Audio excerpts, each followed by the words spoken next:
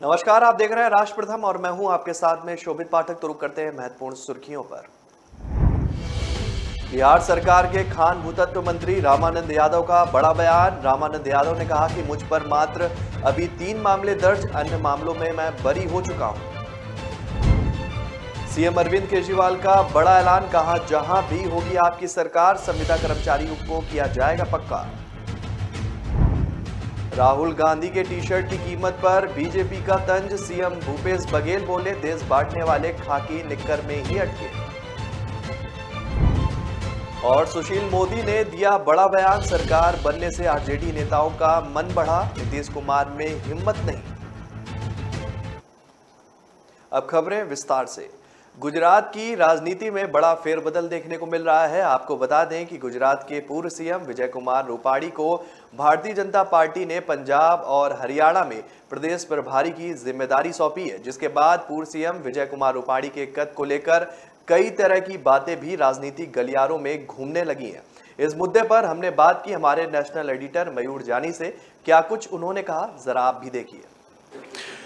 गुजरात में इस समय बड़ा फेरबदल देखने को मिल रहा है, क्योंकि पूर्व सीएम विजय रूपाणी हैं, उन्हें पंजाब हरियाणा का सह प्रभारी बना दिया गया है। और इसी मुद्दे पर हम सीधे चलते हैं हमारे नेशनल एडिटर मयूर जानी जी के पास में। सर, क्या कुछ मायने बदलते हुए दिख रहे हैं इस घटनाक्रम से? बिल्कुल, ये एक इस तरह का बदलाव है शोभित भाई, हम दर्शकों को बताना चाहेंगे, जिसकी उम्मीद थी। मतलब जो लोग गुजरात की राजनीति को समझ रहे हैं, पिछले कुछ समय से अगर उसको देख रहे हैं, तो ये बिल्कुल एक समझ में आए, ये प्रीज्यूम करने वाली बात थी कि ऐसा कुछ भी हो सकता था। गुजरात में अब चुनाव विधानसभा के बिल्कुल सर पे हैं। विजय रूपाणी 5 साल तक मुख्यमंत्री पद संभाल कर बैठे थे। हालांकि वो कंटिन्यूटी में नहीं था, लेकिन कुल मिला के उनके 5 साल पूरे उन्होंने किए थे। और पिछले साल 2021 में अगस्त महीने में उनका मुख्यमंत्री पद चला गया। सिर्फ उनका ही नहीं गया, पूरे मंत्रिमंडल, उनके साथ जितने भी सीनियर लोग, नितिन पटेल समेत जितने भी थे, सबको घर बैठना पड़ा और एक बिल्कुल नया, ताज़ा, फ्रेश और ऐसा एक मंत्रिमंडल आया जिसकी मैच्योरिटी इन टर्म्स ऑफ, अगर मंत्रिमंडल में काम करने के साथ जोड़ के देखा जाए तो नहीं के बराबर है। खुद जो मुख्यमंत्री है वो पहली बार, अभी हाल के जो मुख्यमंत्री है भूपेंद्र पटेल, वो पहली टर्म के विधायक हैं। तो एक बहुत ताज़ा तरीन एक मंत्रिमंडल बनाया गया। कारण उसका ये रहा था कि कोरोना के काल में जो गुजरात में एक तरह का जो एडमिनिस्ट्रेशन हुआ, उसमें जो चूक हुई और मौत के आंकड़े को लेकर फिर सुप्रीम कोर्ट से जो एक फटकार मिली, उसके अलावा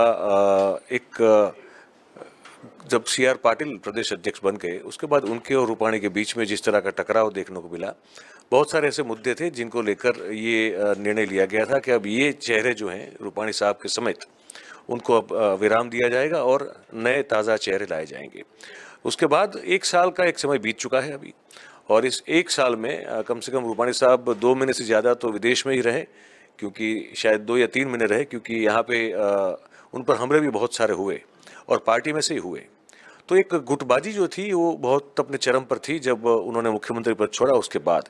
क्योंकि दर्शकों को बता दें कि राजकोट में ही जो एक समय के पुलिस कमिश्नर थे, उस पुलिस कमिश्नर के पर और उनके जो सहकर्मी हैं, क्राइम ब्रांच के पीएसआई से लेके एसीपी तक के लोगों पर जो है, वो स्थानीय जो एक उद्योगपति है, उन्होंने बहुत बड़ा एक आरोप लगाया था कि ये लोगों ने जो है पैसे की मांग की है और इसका सीधा तार रूपाणी से जोड़ा गया था।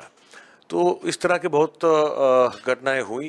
राज्यसभा के भाजपा के ही जो सांसद है रामभाई मोकरिया, जो एक बहुत बड़ा कुरियर सर्विस भी चलाते हैं देश में, तो उन्होंने भी जो है मोर्चा खोल दिया विजय रूपाणी के खिलाफ। और हर्ष संघवी ने, जो अभी हाल के होम मिनिस्टर है, उन्होंने तो विधानसभा में ये बोल भी दिया कि पिछली सरकार के मुकाबले हमारी सरकार जो अभी चल रही है उसमें क्राइम का रेशियो जो है बहुत कम है। तो ये सब चीज़ें हमको जो 1 साल में देखने को मिली। तो सवाल ये खड़ा हो रहा था कि क्या विजय रूपाणी का भविष्य जो है, राजनीतिक भविष्य, वो अब ख़त्म हो गया, ऐसा माने कि क्या उनको कोई और मौका मिलेगा? क्योंकि विजय रूपाणी कोई प्रादेशिक स्तर के भी नेता कभी हुआ नहीं करते थे। उनका एक अपना एक अनडाउटेडली एक रुतबा है या छोटा सा एक उनका कद है, जो सौराष्ट्र और कच्छ रीजन में कह सकते हैं। और वो कोई रसूखदार कम्युनिटी से आते भी नहीं कि जिनकी इतनी इन्फ्लुएंस हो पूरे स्टेट पे। वो आते हैं जैन कम्युनिटी से, जिसकी तादाद पॉपुलेशन वाइज शायद ही 2% से 2% के आसपास होगी पूरे स्टेट में। तो उनका राजनीतिक भविष्य बिल्कुल दांव पे लगा हुआ था और क्वेश्चन मार्क था। अब चुनाव आ रहे हैं तो टिकटों की घोषणा भी करनी पड़ेगी, आने वाले समय में उम्मीदवार घोषित करने पड़ेंगे। तो ये माना जा रहा था कि विजय रूपाणी जो है इनको कुछ और जिम्मेदारी दे दी जाएगी, हो सकता है प्रदेश से बाहर भेजा जाए, और यही हुआ आखिरकार। तो मायने जब आपने पूछा है शोभित भाई, तो हम आपको ये बताते हैं कि इसके मायने जो है वो ये है कि विजय रूपाणी का की जो प्रादेशिक राजनीति है वो अभी फिलहाल ये कह सकते हैं कि वो वहाँ पे एक बहुत बड़ा उस कद का अल्पविराम लगा है जो शायद पूर्णविराम के बराबर है, और उनको अब भेज दिया गया है पंजाब और हरियाणा के प्रभारी के तौर पर। अब वहाँ जाके क्या करेंगे, क्या उनसे उम्मीद है, ये एक बड़ी सोचने वाली बात, समझने वाली बात होगी। इसलिए क्योंकि विजय रूपाणी की बहुत क्रिटिसिज्म होती रही है, उनके बहुत मीम बनते रहे हैं। जब उनको कहा जाता था कि साहब आप हिंदी में बाइट दे दीजिए, तो उनका हिंदी जो है वो माशाल्लाह है। तो कम्युनिकेशन जो है उनका, अब वहाँ जाएंगे तो वहाँ तो अब पंजाबियों का हिंदी और हरियाणियों का हिंदी जो है वो उनसे भी माशाल्लाह है। तो अब पता नहीं कैसे वो कम्युनिकेट करेंगे या अपने साथ किसी को रखेंगे। अब किसी को रखने में भी प्रॉब्लम है, क्योंकि बहुत सारी चीज़ें होती है वो गोपनीय होती हैं, जो पार्टी के नेता और पार्टी के प्रभारी के बीच में ही रहती है। इसमें कोई तीसरा व्यक्ति होता नहीं है। तो अब वो एक, मेरे ख्याल से तो ये इनकी कोई पदोन्नति नहीं है, इनका कोई प्रमोशन नहीं है। मेरी समझ ये है कि ये एक तरह से इनका डिमोशन है। इनको पदच्युत किया गया है गुजरात की राजनीति से, और ये यहाँ भेज के एक चीज़ साफ हो गई है कि अब विजय रूपाणी को गुजरात 2022 के चुनाव में टिकट नहीं मिलेगी, और जब उनको टिकट नहीं मिलेगी तो उनका जो समर्थन करने के लिए जितने भी लोग गुजरात की राजनीति में आज भारतीय जनता पार्टी में मौजूद है, उनमें से भी शायद बहुत कम लोगों को टिकट मिलेगी। तो मैं ये कह सकता हूँ कि जैसे सुरेंद्र भाई पटेल हुआ करते थे, हमारी अभी भी हैं, इसको लोग वहाँ पे सुरेंद्र काका के नाम से जानते हैं। आज भी वो भारतीय जनता पार्टी के ट्रेजरर हैं, खजांची हैं वो, उस समय भी हुआ करते थे। उस समय वो अर्बन डेवलपमेंट अथॉरिटी जो होती थी उसके ये चेयरमैन भी हुआ करते थे, और बड़ी रिस्पेक्ट और बड़ा उनका एक मान सम्मान था पार्टी में। और जब उनका कद बड़ा होता देखा गया था तो उनको अचानक से 2004 या 4 के आसपास की बात है, उनको अचानक से राज्यसभा का सांसद बना के अहमदाबाद और गुजरात से भेज दिया गया था। तो उनका तो ये था कि उनका कद बढ़ रहा था। इनका ये है कि इनका कद बढ़ तो नहीं रहा है, लेकिन ये समझ में आ रहा है कि अगर ये वहाँ रहे तो गुजरात की राजनीति में उनकी दखल जारी रहेगी। तो दखल जारी न रहे और एक सीधा संदेश मिल जाए कि आप पंजाब और हरियाणा जाइए, आप पंजाबी में पंजाबी लोगों से बात कीजिए, और अगर हो सके तो थोड़ी बहुत हरियाणवी सीख लीजिए। अगर सीख सकते हो ठीक है, अदरवाइज आप मतलब मुश्किल पैदा ना करें और आप एक जगह बस जो है आराम से वहाँ स्थायी कुछ समय तक रह जाइए, ताकि आपके समर्थक जो है वो भी बार बार आपके राजकोट के घर के आसपास और घर में आके जो है वो प्रेशर न बनाए कि भाई साहब हमको टिकट नहीं मिली, फलानी बैठक पे हमको टिकट चाहिए, या वहाँ पे उसको दिलवा दीजिए। तो ये सब चीज़ें हो ही नहीं। इसका सबसे अच्छा सोल्यूशन ये है कि रूपाणी साहब गुजरात में रहे ही नहीं। तो इसलिए वहाँ से उठा के उनको, जो हमारी समझ कहती है और हमारी जानकारी भी कहती है, वो ये है कि इसीलिए उनको उठा के अब पंजाब और हरियाणा का प्रभारी बना के उनको कहा है कि आप वहाँ बैठिए, ताकि गुजरात की जो भारतीय जनता पार्टी की राजनीति है उसमें कोई दखल वो डाल ना सके। और इससे एक मैसेज और भी जाता है, जो बाकी उनकी साथ कैबिनेट मंत्रिमंडल में जितने भी लोग थे, जो सब सीनियर लोग थे, कि इनको अगर यहाँ भेज सकते हैं आपको भी कहीं भेज सकते हैं। तो इससे समझना है इन सब लोगों को जो सीनियर है, वरिष्ठ हैं, इस पुराने मंत्रिमंडल में थे, कि रूपाणी साहब ने तो चलो समझ लो पंजाब हरियाणा भेजा है, हो सकता है किसी को मिजोरम मेघालय भेज दे, या हो सकता है किसी को असम भेज दे, त्रिपुरा भेज दे, है ना। तो ये भी हो सकता है। तो इससे अच्छा है कि अब चुपचाप बैठे रहें, और जो भी निर्णय हाईकमांड, आला कमांड जो है भारतीय जनता पार्टी का, जो ऊपर से नरेंद्र भाई की तरफ से जो लिया जाएगा चुनाव में टिकट के बंटवारे को लेकर, तो उसको जो है बिल्कुल चुपचाप मान ले। ये एक स्पष्ट संदेश भी दिया गया है। और विजय रूपाणी अब कब जाके वापस गुजरात की राजनीति में अपना जो अस्तित्व है फिर से स्थापित कर पाएंगे या तो फिर से उसमें सक्रिय हो पाएंगे, ये अब समय के अलावा किसी की औकात नहीं कि बता पाएगा। हम सिर्फ अंदाज़ा लगा सकते हैं, पर मुझे लगता है, अगर मैं अंदाज़ा लगाऊं तो मुझे लगता है कि अभी कुछ अरसे तक, आप समझ लीजिए कम से कम और 3 या 4 साल तक तो रूपाणी साहब जो है वो पंजाब और हरियाणा में रहेंगे, और हो सकता है इससे आगे कहीं और उनको भेज दिया जाए, पर गुजरात से उनको बाहर रखा जाएगा। क्योंकि भले ही मैंने जैसे कहा कि वो कोई इन्फ्लुएंसिव कम्युनिटी से नहीं आते हैं जिनकी तादाद ज़्यादा हो, जिनकी वोट बैंक बड़ी हो, लेकिन फिर भी वो आखिरकार 5 साल तक गुजरात के मुख्यमंत्री रहे हैं। तो इसी नाते भी उनका एक होल्ड तो गुजरात की विविध अलग अलग जो कम्युनिटी या जो अलग अलग क्षेत्र के लोग हैं उन पर बनता है। तो उसको निरस्त करने के लिए, ख़त्म करने के लिए विजय रूपाणी जी को भेजा गया है। और अब मुझे लगता है कि शायद 1 या 2 और नेता जो है भारतीय जनता पार्टी के, उनको भी शायद कहीं इसी तरह बाहर प्रभारी बना के भेजा जा सकता है। अभी मैं नाम नहीं लेना चाहता क्योंकि कुछ पुख्ता इन्फॉर्मेशन नहीं है, सिर्फ एक अनुमान है, पर अनुमान से अच्छा है कि हम कोशिश करें कि कुछ पुख्ता इन्फॉर्मेशन जो है हमारे दर्शकों को दे दें। पर 1 या 2 और नेता हो सकते हैं जिनको इसी तरह कहीं बाहर किसी और प्रदेश का प्रभारी बनाया जा सकता है। तो कुल मिला के ये इनका, विजय रूपाणी साहब का ये भारतीय जनता पार्टी में डिमोशन है, ये प्रमोशन नहीं है। और भले ही उन्होंने बड़े हंसते हंसते कह दिया हो कि मैं बड़ा आभारी हूँ कि मुझे जिम्मेदारी दी गई है, वो खुद भी मन में जानते हैं कि ये जिम्मेदारी जो है उनको इसलिए दी गई है ताकि वो कोई दखल अंदाजी जो है गुजरात की पॉलिटिक्स में वहाँ रहते हुए न कर पाए। तो रुक रहे हैं छोटे से ब्रेक के लिए, ब्रेक के बाद जल्द हाजिर होंगे।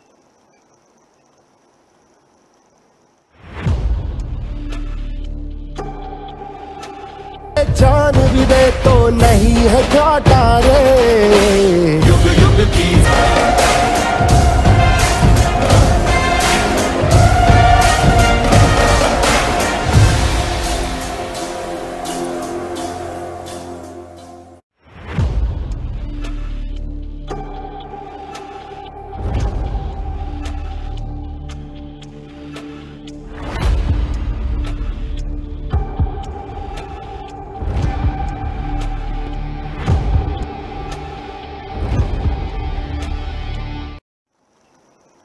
ब्रेक के बाद फिर स्वागत है आपका। रुक करते हैं आगे की महत्वपूर्ण खबरों पर।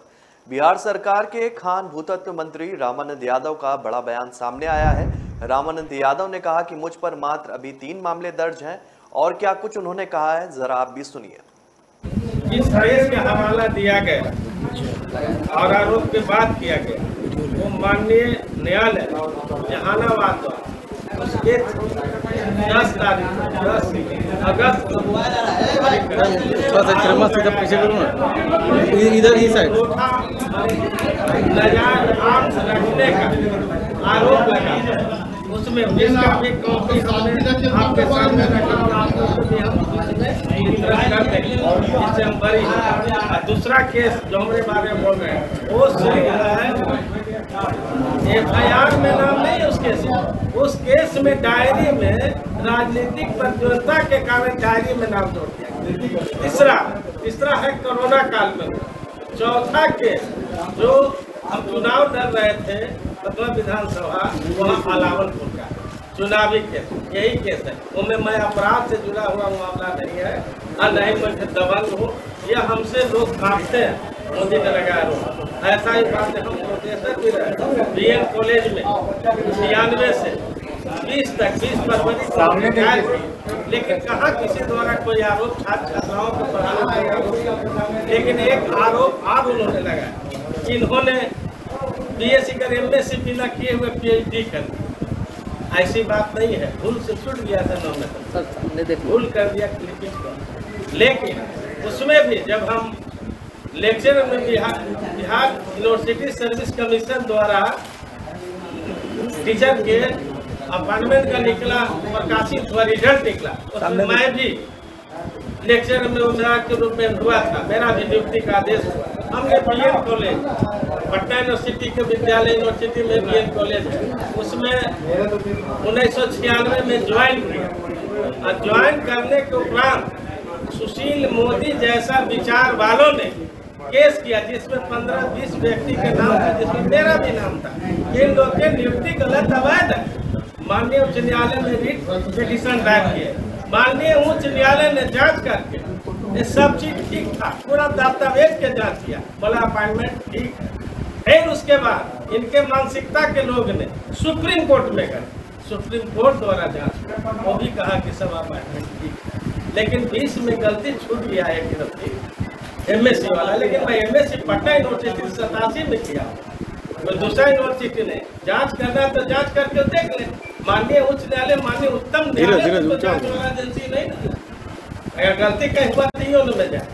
और बाकी जो उनके बारे में मेरा द्वारा कहा गया, हमको जैसे कहे कि दबंग है, इस तरह के आरोप लगाए और आपराधिक मामला से भी जोड़े, लेकिन मेरे पास आज से लोधीपुर के चर्च के लोग, ये लोग हैं, फादर हैं, ये उनके सेक्रेटरी हैं, ये हमारे राम नरेश जी जो खेतान मार्केट से संबंधित केस है, इनका भी दोनों में चल रहा है। और इनका भी, इन्होंने आवेदन दिया था कि मोदी, सुशील मोदी के भाई महावीर मोदी एवं अन्य लोग ने इसमें संलिप्तता है, तो हमने कहा था कि इसका जांच कराएंगे, जांच के दरमियान जो आवे उस पर कार्रवाई होगी। हमको एक दस्तावेज दी, उसमें था उत्कर्ष स्फटिक लिमिटेड, उत्कर्ष स्फटिक लिमिटेड में नाम आया हरीश कुमार मोदी एवं उदय कृष्ण कनौरिया एवं अन्य लोग के नाम है। ये जांच का विषय है, तो इन तमाम बिंदुओं पर हम जांच करेंगे। अब जो हमारे पास फादर ने जो लिख के दिया है ये बताएंगे, और उसके बाद इनका भाई, इनका ब्रदर। बढ़ते हैं तीसरी खबर की तरफ। आपको बता दें कि दिल्ली के मुख्यमंत्री अरविंद केजरीवाल ने पंजाब में आम आदमी पार्टी की सरकार की तारीफ करते हुए कहा कि जहां एक ओर पूरे देश में अन्य सरकारें पक्की सरकारी नौकरियों को खत्म करके संविदा कर्मचारी भर्ती कर रही हैं, वहीं पंजाब की आप सरकार ने संविदा कर्मचारियों को पक्का करना शुरू कर दिया है। आपके संयोजक ने कहा कि पंजाब के मुख्यमंत्री भगवंत मान ने 5 सितंबर को शिक्षक दिवस वाले दिन एक बहुत बड़ी घोषणा की थी। यह घोषणा न केवल पंजाब के लिए बल्कि पूरे देश के लिए और अर्थव्यवस्था के लिए बहुत महत्वपूर्ण है। उन्होंने 8,736 संविदा टीचर्स पक्के करने की घोषणा की थी। यह देश में पहली बार हो रहा है। सीएम ने कहा कि पूरे देश में हवा यह चल रही है कि सरकारी नौकरी खत्म करो, सरकारी पदों पर भर्ती मत करो और उनकी जगह कच्चों को लगाओ और उनकी पूरी जिंदगी संविदा कर्मचारी के तौर पर बीत जाती है। पहली बार पूरे देश में किसी सरकार ने, भगवंत मान की सरकार ने 8,736 टीचर्स पक्का उनको करने की कवायद की है। पंजाब में और भी संविदा कर्मचारी हैं, उनको पक्का करने पर मान साहब की सरकार काम कर रही है। आप नेता ने कहा कि थोड़ा समय इसलिए लग रहा है ताकि कल को कोर्ट में कोई उसको चुनौती दे दे तो मामला टिक जाए, वरना आज खाना पूर्ति करने के लिए, दिखाने के लिए कर दिया गया और कल को कोर्ट में मामला जाएगा और सरकार के हार गई तो कर्मचारियों के साथ धोखा हो जाएगा। इनसे कई कर्मचारी ऐसे थे जो पिछले 10 से 15 सालों से धरने प्रदर्शन कर रहे थे, टंकी पर चढ़े हुए थे। कुछ की उम्र भी ज्यादा हो गई थी लेकिन उनको रियायत दी जा रही है। उन्होंने आरोप लगाया कि पूरे देश में जगह जगह राज्य सरकार, केंद्र सरकार सरकारी नौकरी एक के बाद एक खत्म करती जा रही है। जब भारतीय अर्थव्यवस्था बढ़ रही है, हर राज्य की अर्थव्यवस्था बढ़ रही है, तो सरकारी नौकरियों को भी बढ़ना चाहिए। वह कम कैसे हो सकती हैं, लेकिन एक पैटर्न चल रहा है कि सरकारी नौकरी खत्म करके संविदा कर्मियों को लाया जा रहा है। तो रुक रहे हैं छोटे से ब्रेक के लिए, ब्रेक के बाद जल्द हाजिर होंगे।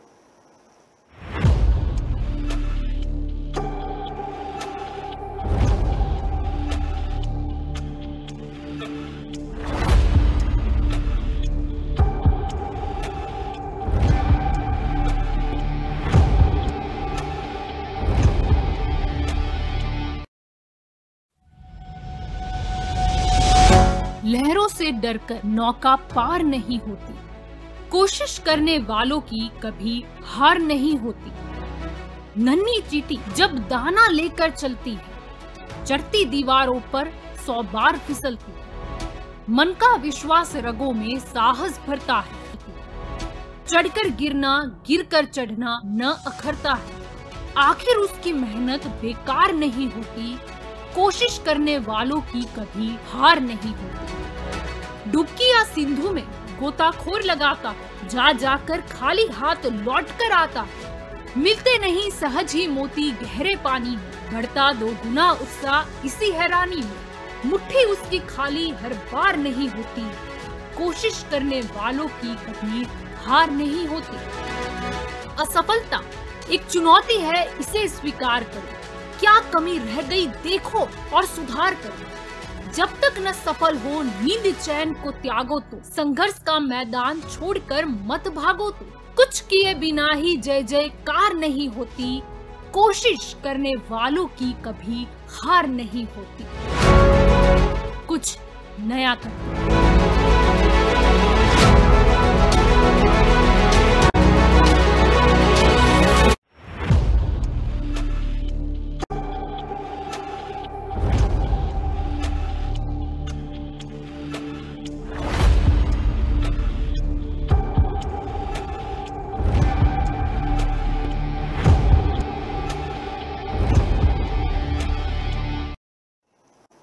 ब्रेक के बाद फिर स्वागत है आपका। रुक करते हैं आगे की खबरों पर।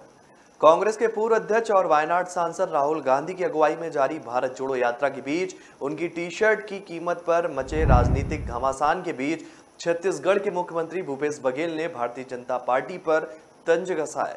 माइक्रो ब्लॉगिंग साइट ट्विटर पर बीजेपी के ट्वीट की प्रतिक्रिया में सीएम बघेल ने कहा कि डर अच्छा लगा। उन्होंने ट्वीट में कहा कि ऐसे तो तरस आता है। कन्याकुमारी कश्मीर अब तक की सबसे बड़ी भारत जोड़ो यात्रा का जवाब केंद्र की सत्ताधारी पार्टी के पास एक टी शर्ट है। विश्व के सबसे बड़े लोकतंत्र में जब एक दल देश को एकजुट कर रहा है तो बांटने वाला दल अभी भी टी शर्ट और खाकी निक्कर में लटका हुआ है। डर अच्छा लगा। इससे पहले बघेल ने जो कहा है, बीजेपी पर समाज में हिंसा और नफरत फैलाने तथा भगवान राम के नाम पर वोट मांगने का भी आरोप लगाया। उन्होंने कहा कि राहुल ने लोगों को एकजुट करने के लिए भारत जोड़ो यात्रा की शुरुआत की है। क्या बीजेपी ने कभी कोई पदयात्रा की है? उन्होंने भगवान राम के लिए रथ यात्रा की, जबकि भगवान राम वनवास के दौरान 14 साल पैदल चले। बघेल ने आरोप लगाया कि उन्होंने राम को युद्धक और हनुमान को एक क्रोधित हनुमान के रूप में चित्रित किया है, राम को रैम्बो बना दिया। इससे पता चलता है कि वे हिंसा और नफरत फैलाने में विश्वास रखते हैं। बीजेपी ने भारत जोड़ो यात्रा पर निकले राहुल गांधी की टी शर्ट की कीमत 41,000 रुपए से अधिक होने का शुक्रवार को दावा किया और कटाक्ष करते हुए कहा कि भारत देखो। इस पर कांग्रेस ने प्रधानमंत्री नरेंद्र मोदी द्वारा अतीत में पहने गए एक सूट और चश्मे की कीमत का हवाला देते हुए पलटवार किया और कहा कि भारत जोड़ो यात्रा में उमड़े जन सैलाब से बीजेपी घबरा गई है। बीजेपी ने अपने ट्विटर हैंडल के जरिए राहुल गांधी की एक तस्वीर और बर्बरी ब्रांड की टी शर्ट्स की तस्वीर और उसकी कीमत वाली तस्वीर साझा की थी। सत्तारूढ़ पार्टी का दावा है कि राहुल गांधी ने यात्रा के दौरान जो टी शर्ट पहनी उसकी कीमत 41,257 रुपए। बीजेपी ने कटाक्ष करते हुए कहा कि भारत को ये देखना चाहिए। बीजेपी नेता सुशील कुमार मोदी ने शनिवार को बातचीत के दौरान नीतीश कुमार और आरजेडी और सिस्टम पर हमला बोला। 2 दिन से चल रहे पीर बहोर थाने में बवाल को लेकर सुशील मोदी ने कहा कि पुलिस थाने में घुसकर 500 लोगों की भीड़ पुलिस की पिटाई करती है, वर्दी फाड़ने की धमकी देती है, गाली गलौज करती है, घंटों पुलिसकर्मी का घेराव किया जाता है। अनवर अहमद कौन है? ये वही है जो बिहार को ऑपरेटिव बैंक के चेयरमैन थे, जो आरजेडी से जुड़े लोग हैं। उनका मन बढ़ गया है, उनको लगता है कि अब हमारी सरकार बन गई है। नीतीश कुमार में हिम्मत नहीं कि कार्रवाई कर, पुलिस को हिम्मत नहीं है कि वो अनवर अहमद को गिरफ्तार कर ले। सुशील मोदी ने कहा कि जब अनवर अहमद थाना गए तो पुलिस ने उन्हें क्यों छोड़ दिया? उन्होंने भी गाली गलौज की लेकिन उनको गिरफ्तार नहीं किया गया। अनवर अहमद के बेटे को लेकर सुशील मोदी ने कहा कि पुलिस ने गिरफ्तार किया है लेकिन चालान भी करे तो मामूली धारा में, ताकि कल को बेल आसानी से मिल जाए। यही तो जनता का राज है। पूर्व मंत्री कार्तिक सिंह फरार है। रीतलाल यादव के गुर्गे बालू खनन मामले में पिटाई करते हुए सड़कों पर देखे जा रहे हैं। मदरसों के सर्वे पर मायावती के ट्वीट और समाजवादी पार्टी के आरोपों पर बयानबाजी तेज होती जा रही है। उत्तर प्रदेश के अल्पसंख्यक कल्याण मंत्री धर्मपाल सिंह ने बयान दिया है कि उन्होंने कहा है कि राजनीतिक दलों में सपा, बसपा और कांग्रेस, इन तीनों दलों का ही मुस्लिम वोट बैंक कॉमन है। यह अभी तक ये सब मुसलमानों के वोट हथियाने के लिए काम करते थे। अब मुस्लिम समझ चुका है कि जागरूक हो चुका है कि अब वो जानता है कि वह वोट की राजनीति में नहीं फंसेगा, विकास की राजनीति में वो जो है सहायक होगा। विकास होता है, ज्ञान से शिक्षा मिलती है। मंत्री ने कहा कि मदरसों में जो बच्चे पढ़ते हैं वह गरीब मुसलमानों के बच्चे होते हैं। जो लोग विरोध कर रहे हैं, जो कभी मदरसे में नहीं पढ़े और ना ही कभी इनके बच्चे मदरसे में पढ़े या खुद कॉन्वेंट में पढ़े और अपने बच्चों को भी कॉन्वेंट में पढ़ा रहे हैं, ये नहीं चाहते कि गरीब मुसलमान के बच्चों को हिंदी, इंग्लिश, विज्ञान, सामाजिक विषय जैसे आधुनिक विषय की जानकारी मिले। ये IAS या IPS ना बन जाए, यह मजदूर के मजदूरी ही रह जाए। यह इन पार्टियों की मंशा है, क्योंकि अब ये इनका गलत प्रयोग नहीं कर पाएंगे। प्रधानमंत्री मोदी का कहना है कि हम मदरसे के मुसलमान बच्चों के एक हाथ में लैपटॉप और एक हाथ में कुरान देंगे। प्रधानमंत्री मोदी के सपनों का यूपी बने, अच्छी शिक्षा के लिए हम मदरसों का सर्वे करवा रहे हैं। मायावती अब नेपथ्य पर चली गई हैं और अब उन्हें शायद कहीं आस जगी होगी कि मुसलमान उन्हें वोट देंगे, लेकिन नागरिक सुविधाएं जितनी हिंदुओं को दी जा रही है उतनी ही मुसलमानों को भी मिल रही है। बीजेपी जाति धर्म के आधार पर राजनीति नहीं करती है, सबका विकास करने के लिए काम करती है, इसलिए मुसलमान उत्तर प्रदेश में खुशहाल है। समाजवादी पार्टी के अध्यक्ष अखिलेश यादव द्वारा केशव प्रसाद मौर्य को दिए गए सीएम पद के ऑफर के बाद से यूपी की सियासत लगातार गरमाई हुई है। जहां एक तरफ सपा अध्यक्ष के बयान पर पूरी बीजेपी हमलावर है, तो वहीं दूसरी तरफ खुद केशव मौर्य भी लगातार उन पर निशाना साध रहे हैं। यूपी बांदा पहुंचे केशव प्रसाद मौर्य ने एक बार फिर से सीएम पद के ऑफर को लेकर अखिलेश यादव पर निशाना साधा है और कहा है कि वो अपनी हार से बौखलाए हुए। उनकी हालत ऐसे हो गई है जैसे बिना पानी के मछली तड़पती है। केशव प्रसाद मौर्य ने सपा अध्यक्ष पर पलटवार करते हुए कहा कि अखिलेश यादव जी चुनाव में लगातार पराजय से बौखलाए हुए, हताश व निराश हैं। बिना पानी के तड़पती हुई मछली जैसी उनकी स्थिति हो गई है। मौर्य ने आगे कहा कि उनकी पार्टी के विधायक उनके साथ नहीं है, वो मुझे क्या ऑफर देंगे। मेरी पार्टी के विधायक मेरे साथ हैं, पार्टी मेरे साथ है। मेरी पार्टी जो बनाती है मैं वह बना हुआ हूँ, उनके ना चाहने के बाद भी मैं बना हुआ हूँ। वो पिछड़ा विरोधी हैं, गरीब विरोधी हैं। उनकी ये बयानबाजी समाज को गुमराह करने वाली है, वह प्रदेश के नौजवानों का मनोरंजन करने वाली है। पंजाब सरकार की खराब वित्तीय स्थिति का खामियाजा कर्मचारियों को भुगतना पड़ रहा है। आरोप है कि कर्मचारियों को उनकी तनख्वाह समय पर नहीं मिल पा रही है। बताया जा रहा है कि सरकारी उपक्रम पेप्सू सड़क परिवहन निगम PRTC के कर्मचारियों को आधी तनख्वाह देकर काम चलाना पड़ रहा है। PRTC के रेगुलर और कॉन्ट्रैक्ट कर्मचारियों को अगस्त महीने की आधी तनख्वाह सितंबर 9 को मिली है, जबकि आउटसोर्स कर्मचारियों को 10 सितंबर तक भी तनख्वाह नहीं मिली। कर्मचारियों के मुताबिक पंजाब सरकार ने महिलाओं को सरकारी बसों में मुफ्त बस यात्रा के बदले PRTC के 175 करोड़ रुपए देने हैं और अगर ये पैसे मिल जाएं तो कर्मचारियों को समय पर तनख्वाह देने में आसानी होगी। PRTC में 4250 कर्मचारी हैं और 4800 के करीब पेंशनर हैं और इनको तनख्वाह और पेंशन देने पर एक महीने का बिल लगभग 25 करोड़ रुपए, लगभग 25 से 30 करोड़ रुपए ही महीने का बिल महिलाओं को दी जाने वाली मुफ्त बस सुविधा का है। केंद्रीय मंत्री किरण रिजिजू ने इस वेतन मामले पर आम आदमी पार्टी को जमकर घेरा। उन्होंने कहा कि अरविंद केजरीवाल देश को विश्व का नंबर 1 देश बनाना चाहते हैं, लेकिन एक साल के अंदर ही उन्होंने पंजाब के लिए क्या किया। उन्होंने आगे कहा कि राजधानी दिल्ली के प्रति व्यक्ति आय भारत की औसत प्रति व्यक्ति आय से करीब 3 गुना ज्यादा है। तो फिलहाल इस बुलेटिन में मेरे साथ इतना ही। आगे की खबरों के लिए आप बने रहिए राष्ट्र प्रथम के साथ। तब तक के लिए नमस्कार।